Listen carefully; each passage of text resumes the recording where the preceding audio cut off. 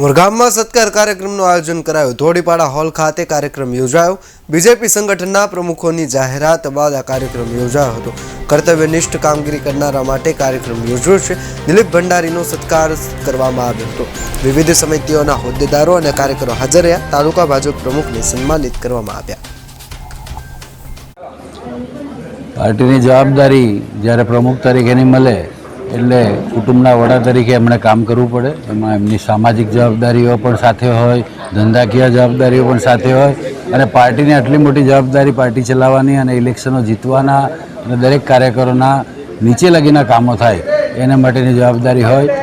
તો એ જવાબદારીમાં દિલીપભાઈ હસતા હસતા અને મસ્તીમાં સારા દિવસો પૂરા કર્યા અને કાર્યકરો આનંદમાં એમને વિદાય સમારંભમાં આજે બધા હાજર થયા।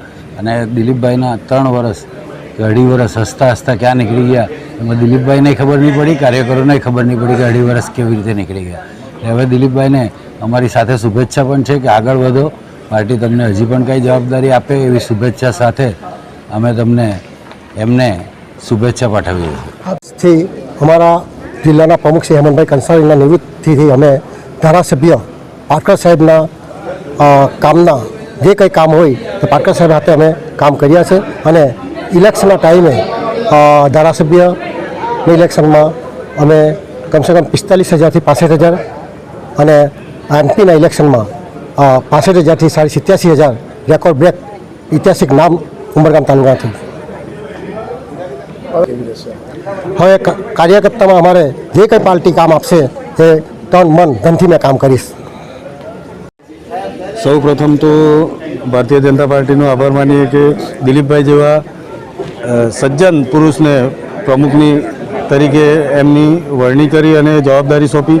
અને દિલીપભાઈના ખરેખર 3 વર્ષના કાર્યકાળમાં ખૂબ જ સુંદર કામ રહ્યા છે અને પક્ષને એમણે વફાદારીપૂર્વક અને નિષ્ઠાપૂર્વક આગળ વધારવાનો પ્રયાસ કર્યો છે, જેનો આપણને વિધાનસભામાં પણ રિઝલ્ટ મળ્યું છે અને લોકસભામાં પણ રિઝલ્ટ મળ્યું છે અને ખરેખર સરાહનીય કામ કર્યું છે દિલીપભાઈએ।